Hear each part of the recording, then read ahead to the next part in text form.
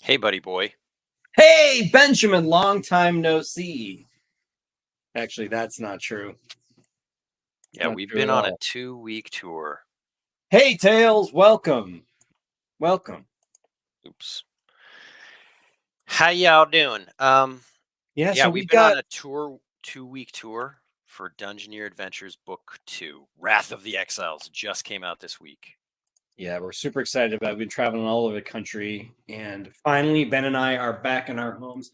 Obviously, we're not playing Land of Eam today, but tune in next week. We'll play Land of Eam with Georgie next week. But we wanted to do a special stream today where we actually get to kind of hang out and talk about Dungeoneer Adventures and show some of it off and tell the story of our epic 2 week long tour from Chicago to San Francisco and answer any questions that people might have about the Dungeoneer Adventures series or any questions they got about Land of Eam. It's kind of a chill day where we get to hang out. Cool. Yeah, so Cool. last week we flew out to Chicago, then we went to Minneapolis, then to Denver and back to San Francisco for just a full slate of school visits where we go to schools and talk to assemblies of children. And Book signings. We did a bunch of book signings at awesome local bookstores. When we were in Chicago, we got to hang out at the book stall, which is a really great store. If you're in the Chicago area, go check it out. Um, our pal Bill, who was driving us around and showing us the city, took us by the Home Alone house, which apparently is a thing that everyone has to do whenever they go to that neighborhood. But that was kind of cool. We even did like a little intimate like a little writer's workshop with some kids that came into the book stall, and that was super fun. We actually made a story together that happens at Dungeoneer Adventures, and that was kind of a cool exercise, and I was really impressed by the creative energy of all the kids that came. yeah, and we basically made up that workshop by the seat of our pants because Seat of our often we're pants. not told what is happening at these events until we get there. Yeah, no, I know. It's like, oh, hey, I know you guys have been on a plane all day and then did a whole entire day of school visits. Could you just go ahead and do a writer's workshop? And so it ended up being a blast and fun, but we definitely felt like the pressure early um, yeah, I mean, it's been a whirlwind of 2 weeks and just constant giving James and I give this presentation where we basically run through, who we are, our relationship, we've known each other since second grade. Hello, on. Hello, greeting, welcome. It's a great profile. Cavalier. Love it. And then we kind of run through what Dungeoneer Adventures is, how we make it. So today I think we're just going to kind of show off book 2 because we actually don't even have our own copies yet. That's true. I mean, That's how new it is. we have the advanced reader copy, which is pretty cool because it's filled with the sketches. It's like incomplete, which I actually kind of dig. But the book is available now. You can get it anywhere. You can get it at your local bookstore. You can ask for it anywhere books are sold. You can get it at Barnes and Noble. You can get it at Amazon. It's available now, and it can be picked up today at your local, or it can ship right away. Yeah, if you can, try to get it at your local bookstore or Barnes and Noble. We understand if you use Amazon, of course, but it's always great Or to if you don't support have a the local bookstore, brick and some mortar. people don't have. Yeah, some people don't have their local indie bookstore, and Ben and I are super about supporting those because we just spent several weeks being supported by the local bookstores. Like after we went to Chicago, we flew to Minneapolis, and that was another great trip. We got to visit a couple of great stores, and our buddy Tim took us around the town, and we went to Red Balloon, which was an excellent store and super fun. And I believe Max Brallier was there that day as well, celebrating Last Kids on Earth release and doing Q&A for Independent Bookstore Day. So we got to hang out with a great team at Red Balloon. And we also visited Wild Rumpus, which was I think this last year, this year is voted #1 indie bookseller in the country. And that was a pretty cool spot because not only is it a great bookstore, but it has all kinds of animals inside. Like Ben and I saw, like if you walk through a certain section of the store, like there's a see-through plank of wood on the ground where you can see some like rats hanging out and snacking on stuff, or they've got birds and chinchillas and Couple of free roaming cats. yeah. They used to have ferrets apparently, but something happened. An incident. There's always an incident whenever ferrets are involved. You know what I mean? Oh yeah. I Even mean, just watch Kindergarten Cop. oh yeah. So we got to hang out there and visit a lot of schools in Minneapolis, and then we found ourselves in Denver, which was also awesome.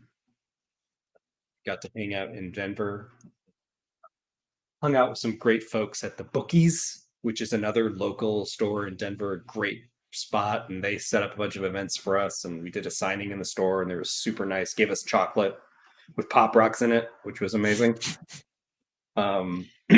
Dusty Nutter Goose reference. If you haven't seen the Sandwiches of History Lane Devine sandwich that Barry Underwood did, that's really fun. You can check it out on our Instagram as well, at Rickety Stitch. And did another bunch of school visits, and then we finally flew home to the San Francisco Bay Area and spent 2 packed days with Rakestraw books. So if you live in the East Bay, like Danville, San Ramon, Rakestraw is our favorite store out there. And we also got to visit our own neighborhood store in San Jose, Hicklebee's, which has always been a great supporter of us as well. So if you're looking for Dungeoneer Adventures, definitely ask for it at your local indie store. And if you don't have a local indie store, you can definitely find you can find Book One at Target, and you can find both books at Barnes and Noble. Some Walmarts have it, and then you can of course get it on Amazon.com. That's my spiel. That's my like, hey, we visited a lot of cool people and it was fun. Yeah, and it was fun, but it was also tiring. So I'm glad to be home and here to celebrate the coming of book 2. So what is book 2?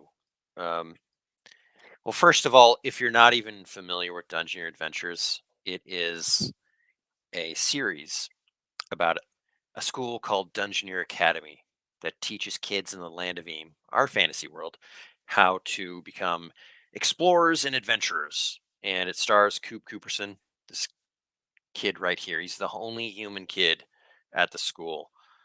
So the first book, well, kind of establishes the school.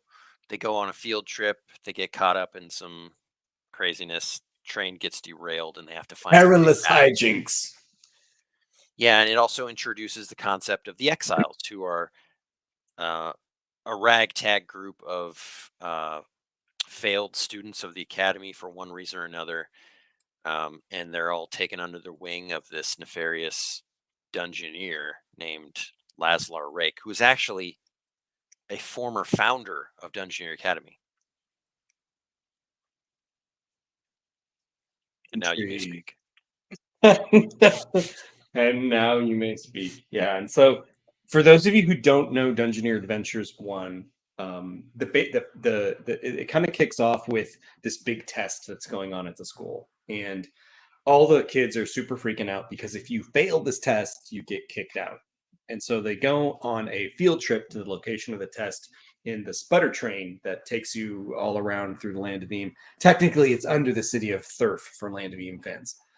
And that train derails, and Coop and the rest of the kids get separated from the school, and they get lost in the mushroom maze, which is a giant fungal wilderness. And the only way they can survive is if they work together to get back to the school. And that's kind of where the story begins. And in that time, there's a lot of intrigue. There's a lot of challenges and adventure and danger. And book 2 kicks off right after those events, where some discovery about, like Ben said, these students that have been rejected from Dungeoneer Academy have found a new leader. This guy named Laszlo Rake, who's a bad dude. he's a bad dude, and he's leading these kids astray in search of magical relics and whatnot. And so it's a lot of fun, and it all takes place in the land of Eam. So if you're familiar with the Land of Eam RPG that we play every week, there's definitely a lot of elements that are there. And if you've got kids at home, this is a great way to introduce them to the world and the Land of Eam and all the stuff going on. Yeah. Yeah, anyone, even if you're not interested in our game, I mean, even kids interested in D&D or whatever, Yeah, fantasy, and book 2 really ups the stakes, in my opinion. I does. think it went places that we did not even know it was going to go when we first started out. Um, there's kind of a mystery going on in the first part of the book. Some strange occurrences happening at the school. There's a couple new students um, that are possibly involved in these mysteries. Not what they seem. A lot of intrigue going on at Dungeoneer Academy in book 2. One of the new characters is Ingrid Inkart. She's a kobold witch. Witch. Um, there's rumors that here's Professor Scrumpledink. The professor of the riddles and runes class at Dungeoneer Academy. Yeah, speaking of riddles and runes, there's like a ton of riddles and runes in this book. We really stretched our minds to include a bunch of riddles that the kids have to solve. I Um, mean, as like a Hobbit fan, I love a good riddle because, man, that was like one of the most exciting, awesome parts of the Hobbit, and has become, and because of that, has like created this, I don't know what, this like definite like thematic thing of like traps, riddles, and runes in fantasy fiction that I've always wanted to I think we play with really myself. kind of stretched our game design muscles in this book by like Yeah, right. really designing a dungeon, because they eventually go to the tomb of this old, long dead sorceress named Audrastica the Pitiless. Anyway, going back. Oh, here's another student, the cool kid, Cody Albright. Everyone loves him, and Coop is kind of jealous. So that's kind of conflict in the first part of the book. Perfect team. And then here's Ingrid Inkart. She's rumored to have turned her previous teachers at her other school into toads. So, got to May or watch out may for not her. be true. Yeah. How deep can we go into this without just You giving know, away we the whole don't want to book? do any spoilers for sure, but That's you something know, we were running into at our presentations with the kids, because you want to make them excited, but then everyone is so spoiler sensitive these days, like even 8-year-olds, and yeah, they're just saying, "That's a spoiler." yeah, they were on top of us. They're like all 250 of them a pop. You know what I mean? Thousands of kids. This stream is so chill today that I'm gonna maybe eat some quiche while we talk. Oh wow, we're going that chill then. Mm-hmm. Here's one image that I actually drew on stream. Fun day.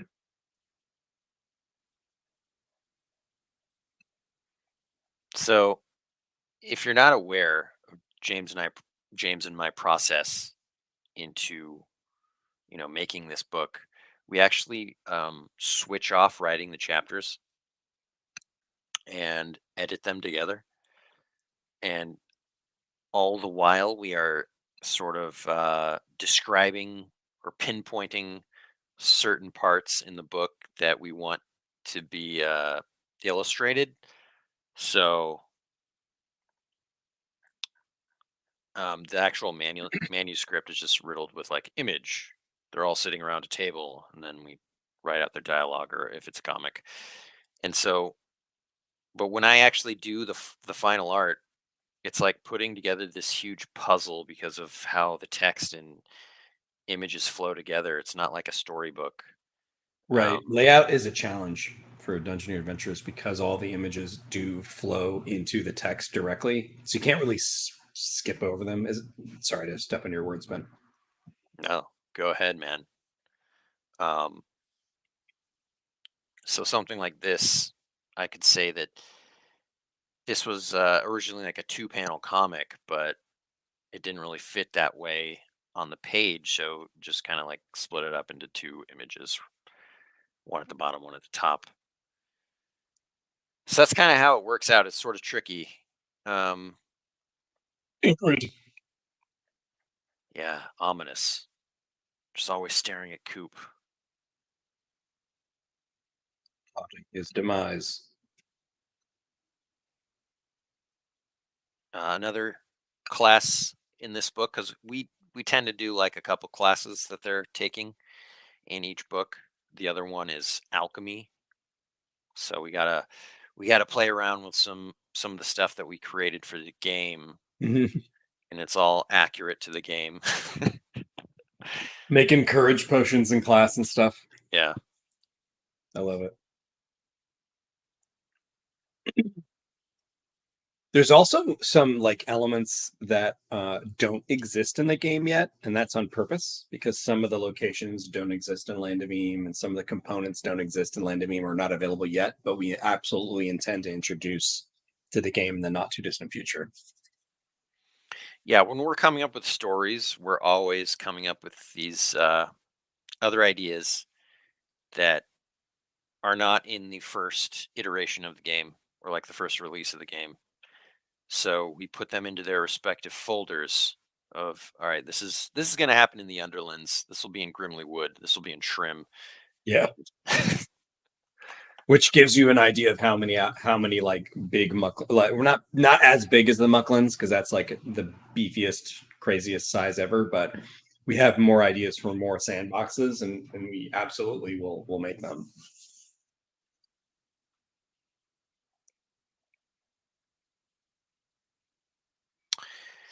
So yeah, a lot of the drama of the first part of the book is Coop just getting slimed. I think he gets slimed like The drama of him 3 being times. slimed. It's a running gag of him getting slimed in this book. And There's Professor Clementine. She teaches alchemy. She also teaches Dungeoneering 101. Cody is the star student.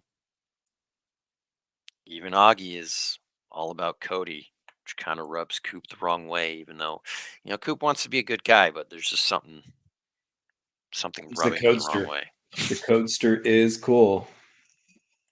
It's a cool dude.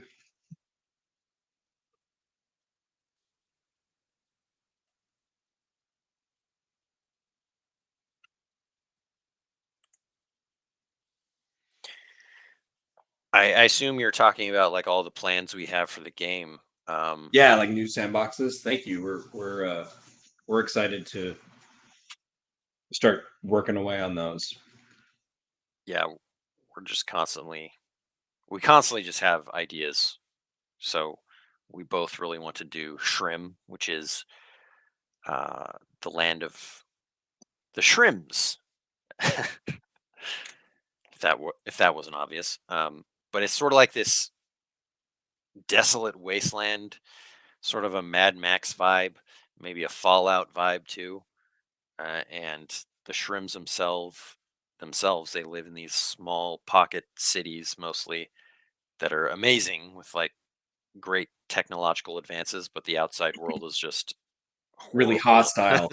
Yeah, it's like the premise is that the Shrim, this is their native homeland, but they are always in danger and oppressed by both the elements and like roving monsters like cyclopses and things like just in this wasteland in this no holds barred thunderdome kind of place, and they developed all this technology to not only thrive but to also protect themselves. And so we can't wait to dive into that land, which is mentioned a ton. Like Shrim is like in all of the Land of Eve material. It's in all the books. It's mentioned in the sandbox and everything, but we haven't created the sandbox for it just yet.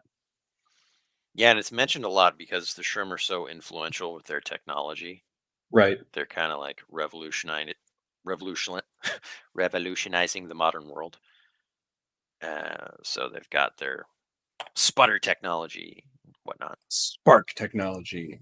Like all the devices and gadgets and things tend to be from Shrim.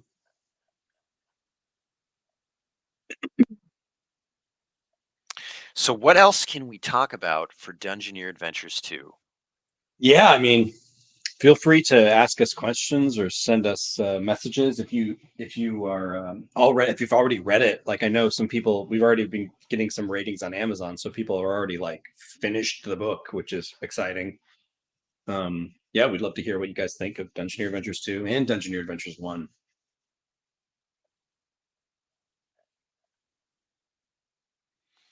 Another big Good luck part of to the you. first part of the book, which I think is fine to spoil because it's not the end, um, is that there's a big dance coming up, classic middle school drama stuff, and Coop is working up the nerve to ask Daz. Um, and even though he's defeated, huge, horrible spider monsters in the fungal jungle, he is way more scared of asking her to the dance. Augie, on the other hand, is like really cool when it comes to asking girls to dance. It's like Augie just has this like tremendous natural confidence. Like, I think you're cool. Do you think I'm cool? Okay, let's go.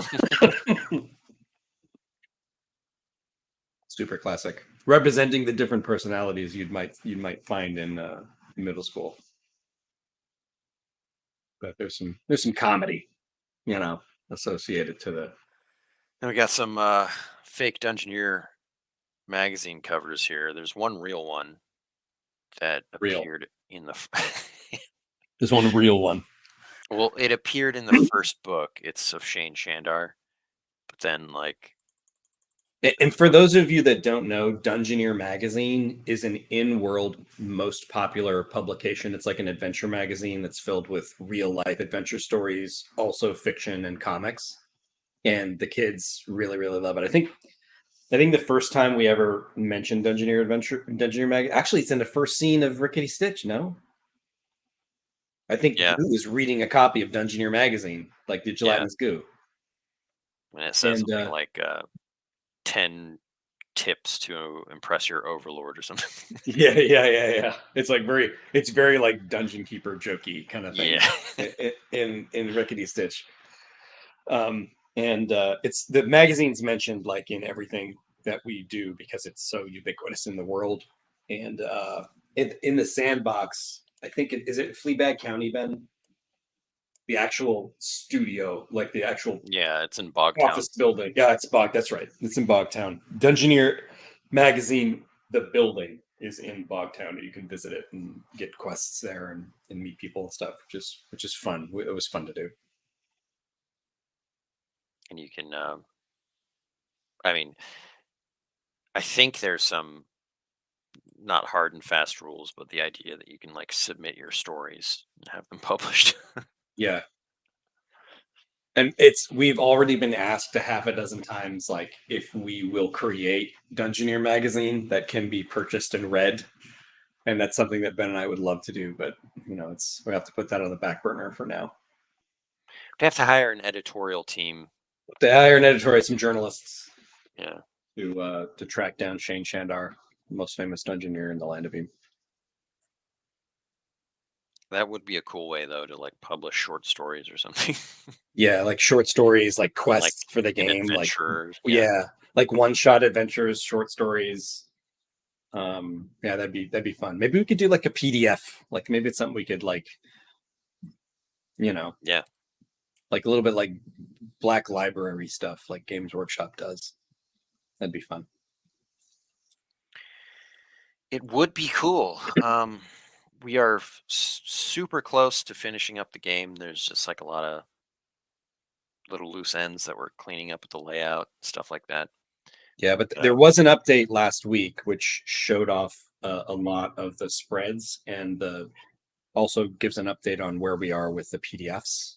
Like it's pretty close. It's pretty close, and we're still on track. We're not behind schedule yet, so that's good. Will there be an audiobook like for part one? Yes, and There it's is. already out. Yeah, you can check it out in a lot of places where they sell audiobooks. I know it's on Audible. I know it's on Google Play Books, I believe. Yeah, it's got to be because I just listened to book 2 on Google Play Books, which was cool. I know Nice. We that. already got 3 ratings on Amazon. People are already reading the book. Sorry, my cat is really needy because I've been gone a long time. Yeah, the audiobook is pretty fun. It's read by Avi Roque, who is an actor that I believe was on The Owl House on Disney. Yeah. Disney, and they are spectacular. They do all the voices and everything. And it's a big cast of characters in Yeah, book it's a big 2 cast of especially. characters, so it's not. Yeah, book 2, I was impressed because that's not easy to create that many characters and read as them.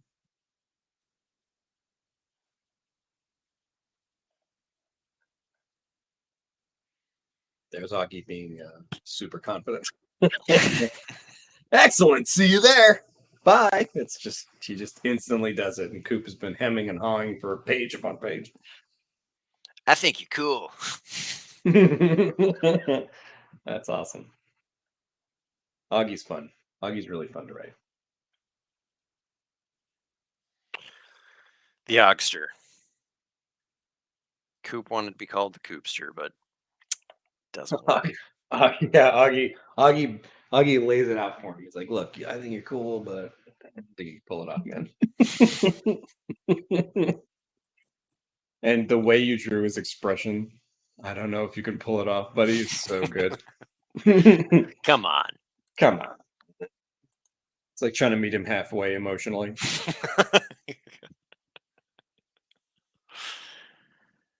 And then, in classic Dungeoneer Adventures fashion, the story kind of picks up into a grand adventure halfway through the book.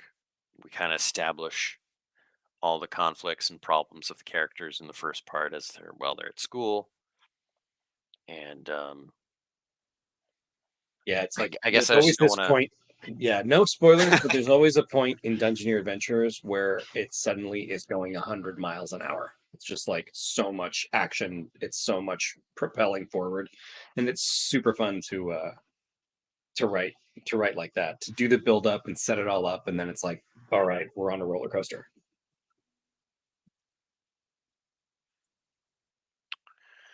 Cool.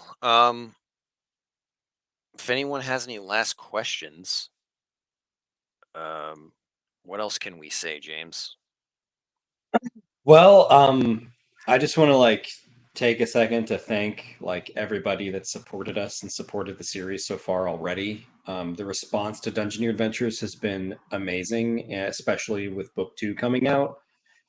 Special thanks to everybody on Patreon that makes the live stream possible. And now that we're back from our hiatus, we'll be playing the Land of Eam every weekend again. So tune in next week at 11 a.m. Pacific, and we'll be jumping back into the adventures of Hooch and Brendo.